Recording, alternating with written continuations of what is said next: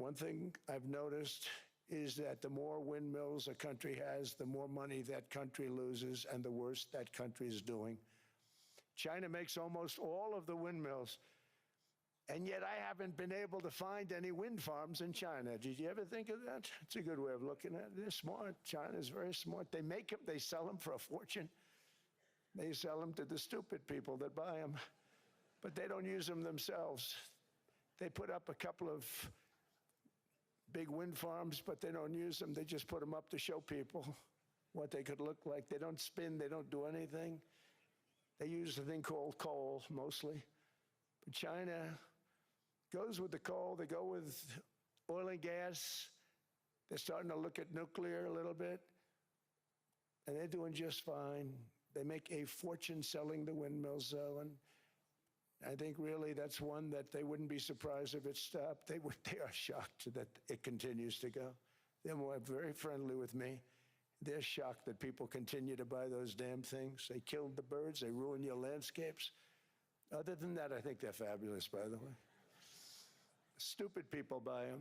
The consequences of such to states are at $1.99, numbers that nobody has heard for years. Actually, since my last administration, we got it down to around those numbers. I've signed an order directing and approval of many new nuclear reactors. We're going heavy into nuclear. I was not a big fan because I didn't like the risk, the danger, but they have the progress they've made with nuclear is unbelievable, and the safety progress they've made is incredible. We're very much into the world of nuclear energy, and we can have it now at good prices and very, very safe. And we're leading the world in AI by a lot.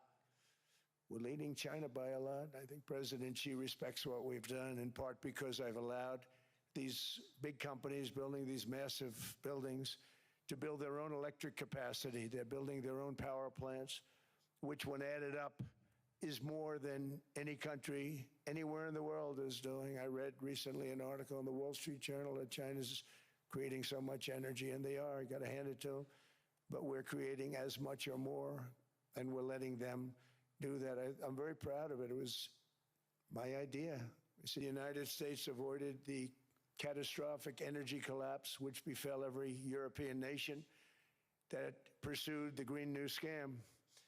Perhaps the greatest hoax in history. The Green New Scam, windmills all over the place, destroy your land, destroy your land. Every time that goes around, you lose $1,000. You're supposed to make money with energy, not lose money. Here in Europe, we've seen the fate that the radical left tried to impose on America. They tried very hard. Germany now generates 22% less electricity than it did in 2017, and it's not the current chancellor's fault. He's solving the problem. He's going to do a great job. But what they did before he got there, I guess that's why he got there. And electricity prices are 64% higher. The United Kingdom produces just 1/3 of the total energy from all sources that it did in 1999. Think of that, 1/3. And they're sitting on top of the North Sea, one of the greatest reserves anywhere in the world, but they don't use it. And that's one reason why their energy has reached catastrophically low levels with equally high prices. High prices, very low levels. Think of that, 1/3. And you're sitting on top of the North Sea, and they like to say, well, you know, that's depleted. It's not depleted. It's got 500 years. They haven't even found the oil. The North Sea is incredible. They don't let anybody drill. Environmentally, they don't let them drill. They make it impossible for the oil companies to go. They take 92% of the revenues. So the oil companies say, we can't do it.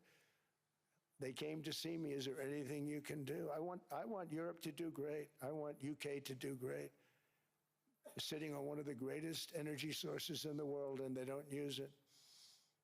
In fact, their electricity prices have soared 139%. There are windmills all over Europe. There are windmills all over the place, and they are losers. One thing I've noticed is that the more windmills a country has, the more money that country loses and the worse that country is doing. China makes almost all of the windmills, and yet I haven't been able to find any wind farms in China. Did you ever think of that? It's a good way of looking at it. They're smart. China's very smart. They make them, they sell them for a fortune. They sell them to the stupid people that buy them, but they don't use them themselves. They put up a couple of big wind farms, but they don't use them. They just put them up to show people what they could look like. They don't spin, they don't do anything. They use a thing called coal, mostly. But China goes with the coal, they go with oil and gas. They're starting to look at nuclear a little bit, and they're doing just fine. They make a fortune selling the windmills, though, and I think really that's one that they wouldn't be surprised if it stopped. They are shocked that it continues to go. They're very friendly with me. They're shocked that people continue to buy those damn things. They killed the birds, they ruin your landscapes. Other than that, I think they're fabulous, by the way. Stupid people buy them. The consequences of such destructive policies have been stark, including lower economic growth, lower standards of living, lower birth rates, more socially disruptive migration, more vulnerability to hostile foreign adversaries, and much, much smaller militaries. The United States cares greatly about the people of Europe. We really do. I mean, look, I am derived from Europe. Scotland and Germany, 100% Scotland, my mother, 100% German, my father. And we believe deeply in the bonds we share with Europe as a civilization. I want to see it do great. That's why issues like energy, trade, immigration, and economic growth must be central concerns to anyone who wants to. Tremendous respect for both the people of Greenland and the people of Denmark. Tremendous respect. But every NATO ally has an obligation to be able to defend their own territory. And the fact is, no nation or group of nations is in any position to be able to secure Greenland other than the United States. We're a great power, much greater than people even understand. I think they found that out 2 weeks ago in Venezuela. We saw this in World War II, when Denmark fell to Germany after just 6 hours of fighting and was totally unable to defend either itself or Greenland. So the United States was then compelled, we did it, we felt an obligation to do it, to send our own forces to hold the Greenland territory, and hold it we did at great cost and expense. They didn't have a chance of getting on it, and they tried. Denmark knows that. We literally set up bases on Greenland for Denmark. We fought for Denmark. We weren't fighting for anyone else. We were fighting to save it for Denmark. Big, beautiful piece of ice. It's hard to call it land. It's a big piece of ice. But we saved Greenland and successfully prevented our enemies from gaining a foothold in our hemisphere. So we did it for ourselves also. And then after the war, which we won it big. Without us, right now you'd all be speaking German and a little Japanese, perhaps. After the war, we gave Greenland back to Denmark. How stupid were we to do that? But we did it. But we gave it back. But how ungrateful are they now? So now our country and the world face much greater risks than it did ever before because of missiles, because of nuclear, because of weapons of warfare that I can't even talk about.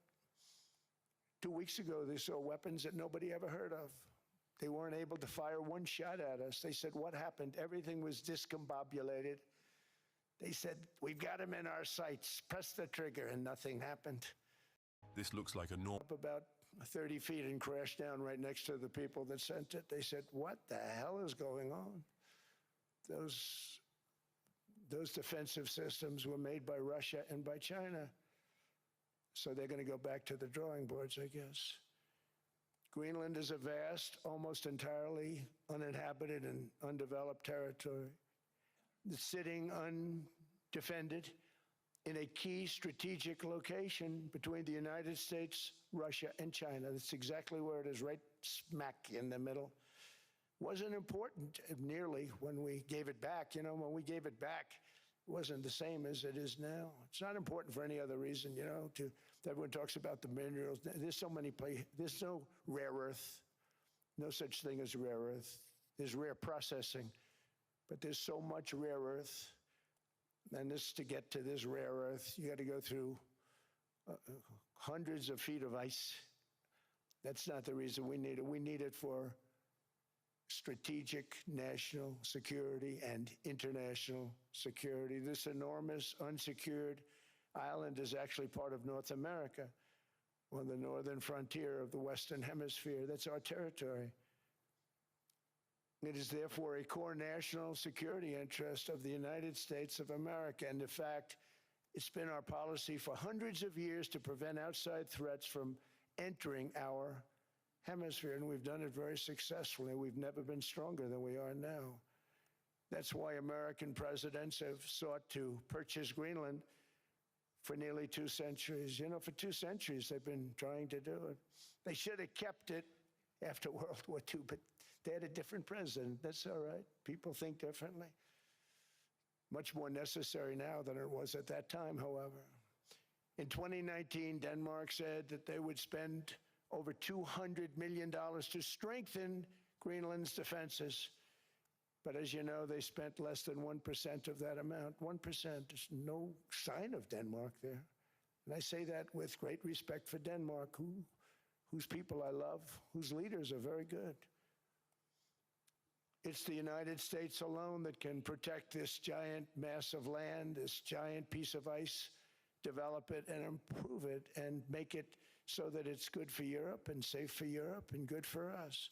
And that's the reason I'm seeking immediate negotiations to once again discuss the acquisition of Greenland by the United States, just as we have acquired many other territories throughout our history, as many of the European nations have. They've acquired, there's nothing wrong with it. Many of them, some went in reverse, actually, if you look. Some had great, vast wealth, great, vast lands all over the world. They went in reverse. They're stuck back where they started. That happens too. But some grow. But this would not be a threat to NATO. This would greatly enhance the security of the entire alliance, the NATO alliance. The United States is treated very unfairly by NATO. I want to tell you that. And when you think about it, nobody can dispute it. We give so much and we get so little in return. And I've been a critic of NATO for many years. And yet I've done more to help NATO than any other president by far, than any other person. You wouldn't have NATO if I didn't get involved in my first term. The war with Ukraine is an example. We are thousands of miles away, separated by a giant ocean. It's a war that should have never started, and it wouldn't have started if the 2020 U.S. presidential election weren't rigged. It was a rigged election. Everybody now knows that. They found out. People will soon be prosecuted for what they did. It's probably breaking news, but it should be. It was a rigged election. Can't have rigged elections. You need strong borders, strong elections, and ideally a good press. I always say it. Strong borders, strong elections, free, fair elections, and a fair media. The media is terrible. It's very crooked. It's very biased, terrible. But someday it'll straighten out because it's losing all credibility. Think of it, when I went in a landslide, a giant landslide, won all 7 swing states, won the popular vote, won everything, and I only get negative press. That means that it has no credibility. And if they're going to get credibility, they're going to have to be fair. So you need a fair press. But you also need those other elements. And I inherited a terrible, terrible situation. If you look, the border was open. The inflation was raging. Everything was bad with the United States when I came into office. But I also inherited a mess with Ukraine and Russia, something that would have never happened. And I know Putin very well. He and I would discuss Ukraine. It was the apple of his eye, but he wasn't going to do anything. I said, Vladimir, you're not doing it. He would never have done it. Except we pay for NATO. And we paid for many years until I came along. We paid for, in my opinion, 100% of NATO because they weren't paying their bills. And all we're asking for is to get Greenland, including right title and ownership, because you need the ownership to defend it. You can't defend it on a lease. Number one, legally it's not defensible that way, totally. And number two, psychologically, who the hell wants to defend a license agreement or a lease, which is a large piece of ice in the middle of the ocean where if there is a war, much of the action will take place on that piece of ice. Think of it. Those missiles would be flying right over the center of that piece of ice. All we want from Denmark for national and international security and to keep our very energetic and dangerous potential enemies at bay is this land on which we're going to build the greatest golden dome ever built. We're building a golden dome that's going to, just by its very nature, going to be defending Canada. Canada gets a lot of freebies from us, by the way. They should be grateful also, but they're not. I watched your Prime Minister yesterday. He wasn't so grateful. But they should be grateful to us. Canada lives because of the United States. Remember that, Mark, the next time you make your statements.